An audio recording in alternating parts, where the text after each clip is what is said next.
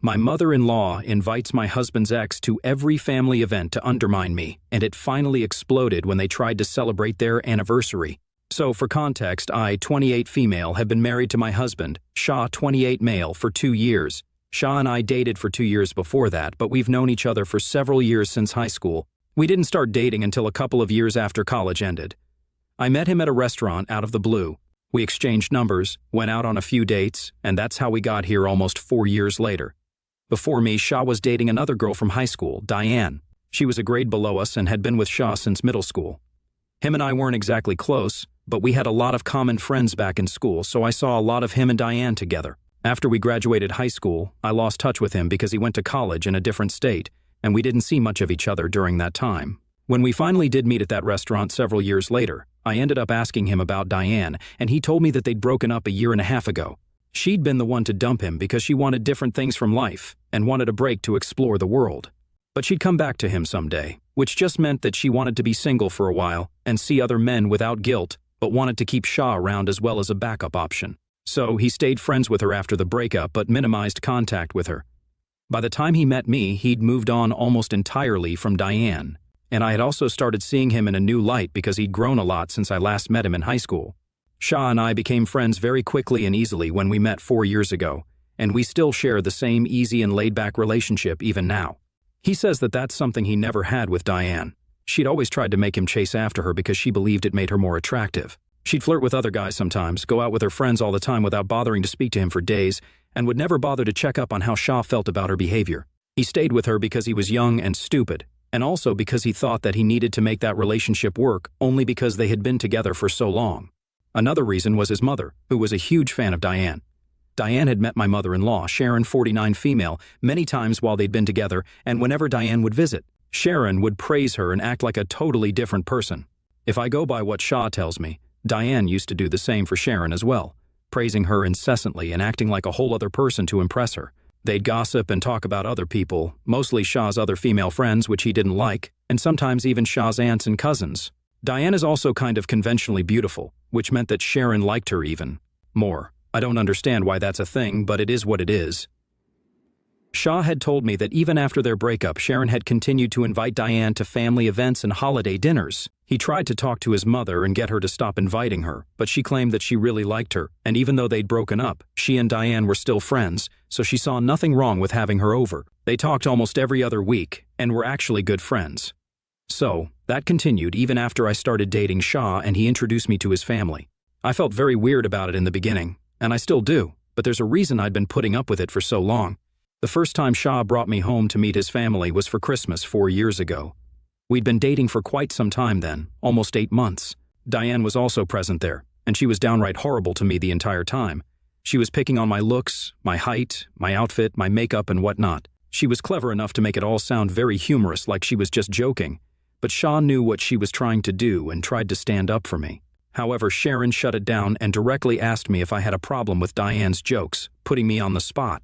I knew that if I said that I wasn't okay with it, they'd make it seem like I was insecure or something and put me down even more. So I decided to put on a strong front and said, I don't care instead. It was petty of me, but as soon as I said it, I saw them look surprised and irritated, so I knew that I'd done the right thing. Once Shah and I came back home, he apologized to me for the way Sharon and Diane had behaved, and told me that he'd make sure his mom didn't invite Diane anymore. But I'm the one who told him not to do that. I knew the kind of women they were, and I didn't want to lose to them, if you know what I mean. I didn't want them to believe that they'd intimidated me or made me feel insecure because they hadn't, and I felt like I had to prove it. So I explained it to Shah as well. He was surprised by my opinion on this, but he didn't interfere anymore after that day. So far, every single family gathering that Sharon has hosted, Diane has been there. Every time, they behave the same way with me. Snide remarks, backhanded compliments, or constant attempts to bring up Diane's past with Shah, even when there's no need to, just to make it awkward for me. I've faced it all with a brave face and have tried to remain as unfazed as I can. Sharon has even mentioned several times that Diane was the daughter-in-law that she would have preferred and would have been the better fit for. Shah as a wife, indirectly. It was annoying, but I tried to remain unfazed because as long as Shah was by my side, I didn't really care what they said. So, Sharon and Diane could yap on forever, and it wouldn't make a difference to me. That's how I've been dealing with this for the last 4 years, and I plan on having the same attitude for the next 4 years too. I wasn't going to be the first one to snap, and that was for sure. Now coming to what actually happened and the incident that brought me here. So, 3 days back, Sharon celebrated her 49th birthday, and every year she celebrates it with all her family and friends. This year, Shah didn't want to go and instead wanted to attend his KIO workers' engagement party, which happened to be on the same day. He had valid reasons because his CO worker would only get engaged once, and he was really close with him too. But Sharon forced him to promise that he'd attend her birthday party instead and wore him down after some days. So we decided to go to that party instead. Like every other event, Diane was invited too, and she dressed up to the nines for some reason. Even Sharon was overdressed, but at least it was her birthday that we were there to celebrate. Shah and I had decided that we were going to leave after Sharon cut the cake and then go to the engagement party. So, at around 5:30 in the evening, my father-in-law brought out the cakes, and we were surprised to see 2 cakes because one of them said, "Happy almost anniversary." Shah and I didn't know what the other cake signified, and neither did anyone else, so we waited for the birthday girl to explain. Instead, it was Diane who took over the reins, and to our surprise, grabbed Shah by the arm and brought him to stand by her side. We were both too shocked to do anything because he was suddenly thrust into the spotlight and everyone was looking at him. Then Diane began to talk and explain that almost 10 years ago, on Sharon's birthday, Shah had gone down on one knee and given her a promise ring. They were both 18 at the time and were about to go off to different colleges within a few months. It had been 10 years since that day, and she was still sporting that ring on her finger, which he even proudly showed off to everyone present there. She then proceeded to give Shah an awkward hug that he didn't return, and Sharon cheered them on while talking about how this time she willingly let them steal her thunder so they could celebrate what could have been. The whole thing was so incredibly ridiculous that Shah and I just stood there silently with our mouths wide open, much like all the other guests, for a good few minutes. None of us said anything because we didn't know what could possibly be said in response to something this crazy. Diane continued to babble on jokingly about how Shah was her almost husband, and Sharon was her almost mother-in-law, so this was their almost anniversary, as if we didn't understand what the joke was. Sharon cut the so-called anniversary cake to feed it to Shah. She first fed it to Diane and then she tried to feed it to Shah, but I guess he returned to his senses and backed away from his mother when she brought the slice of cake near his mouth. She looked surprised when he did that and asked him, "What's wrong?" when she asked that. Question, that's when all hell broke loose. Shah started shouting at her and Diane about what they'd done. He tore into them and finally let years and years of anger out at the party. He called them both shallow, stupid, and self-involved to the point of being delusional and said that he was ashamed that he'd even been involved with Diane and was actually related by blood to Sharon because both of them were the trashiest women he'd ever had, the misfortune to meet.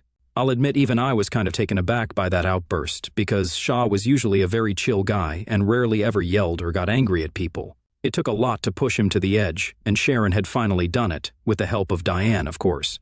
After Shah was done yelling at them, he stormed out of the party with me, and we took a cab to his CO worker's house instead.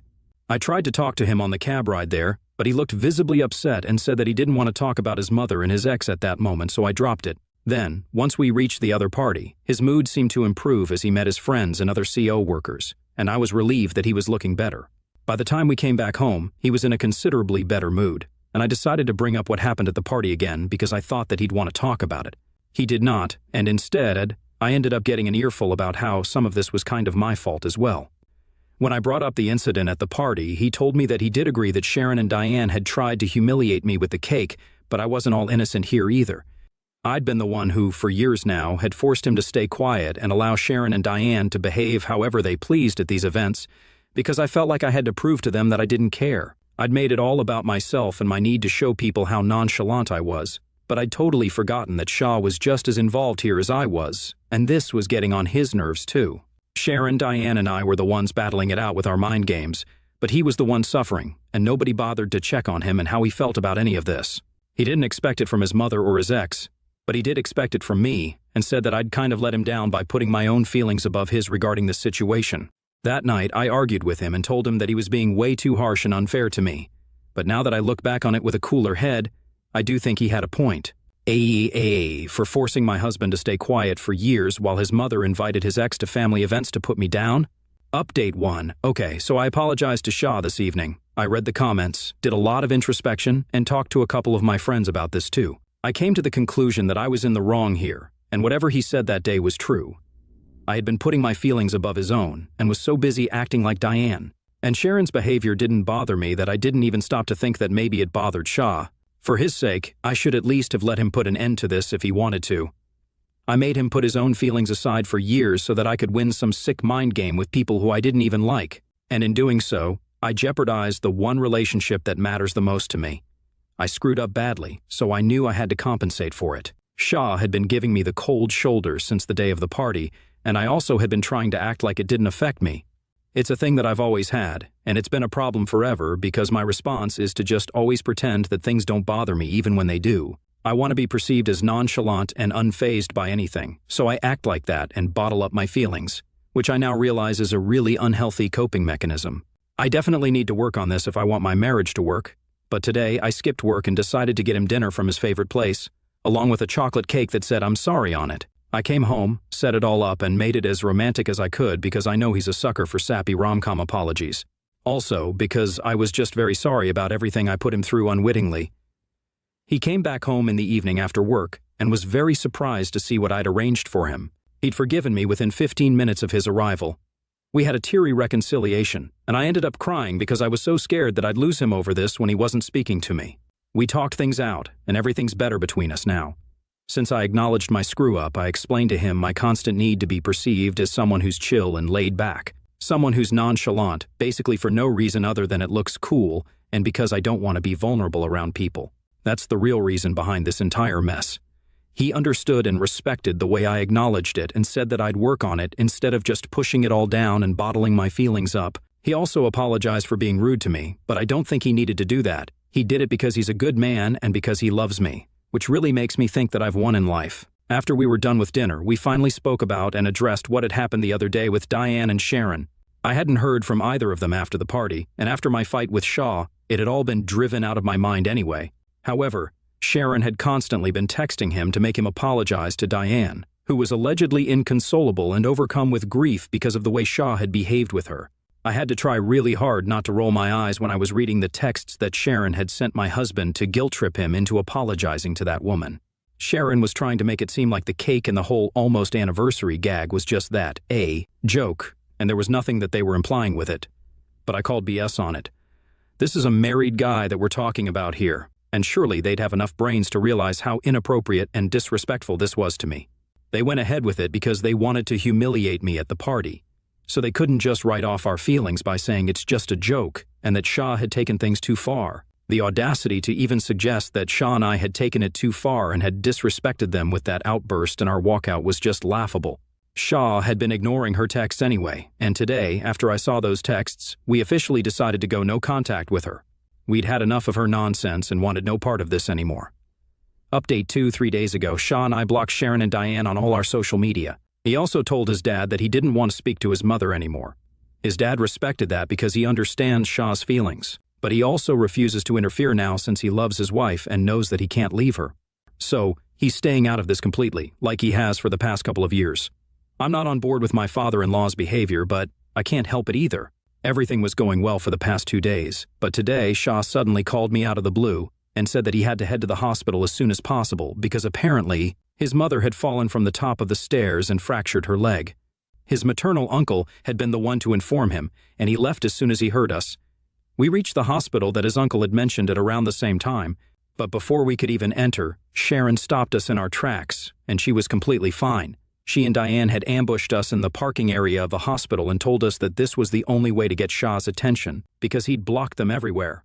My showing up was something they hadn't accounted for, but they just ignored me and went on talking with Shah completely normally as if they hadn't done anything wrong. Diane tried to explain to him that whatever she'd done at the party had been a prank and she didn't intend to offend him, while Sharon backed her up. Shah heard them out for a while and then told his mom and ex to F off, right to their shocked faces, and walked away once more with me. When we tried to get into our respective cars, Sharon started screaming at us, but we didn't wait around to hear her out. I'm sure she was cursing us out, but it didn't matter because she lied her way into seeing Shah again, and I couldn't imagine anything more manipulative than that. Shah went back home from the hospital because he was too stressed, but I had to go back to work. While I was at work, I received a text from a number I didn't recognize, and it happened to be Sharon. She screamed at me for 15 whole seconds before I managed to disconnect the call. I'd just been caught off guard while working, or else I wouldn't even have answered the call. All I heard was selective swear words at the highest volume. I don't know why she was mad at me, because I didn't have anything to do with Shah's behavior. She'd pushed her own son to that extent, not me. Anyway, I blocked her and tried to get on with my day. And finally, when I got back home around 6, I got to speak to Sean. He told me that he'd also blocked the rest of his relatives who were close to his mother, along with his uncle now, because it was clear that she'd go to any lengths to get him to forgive them and talk. That's all we can do right now because it's not like they're threatening us in any way, and neither are they consistently stalking us or whatever, so a restraining order is out of the question. Anyway, Shah has talked to his dad and told him about what happened today, but he still refuses to intervene. It's his choice, and Sean loves his dad, so I'm not saying anything right now. But I don't think the way my father-in-law is acting is a great example of being a good father either. The least he can do is at least talk to his wife and stand up for his son, but he refuses to do even that. Shah loves his father, but the man has never once stood up for him when it comes to Sharon. I've only kept my mouth shut out of respect for their relationship, or else I'd have a lot to say about how his entire family is just ridiculously stupid people who literally never think of anything except themselves. How a man like Shah is a part of a family like this, I'll never understand. Update 3. Hey everyone, so it's been a week since the last update.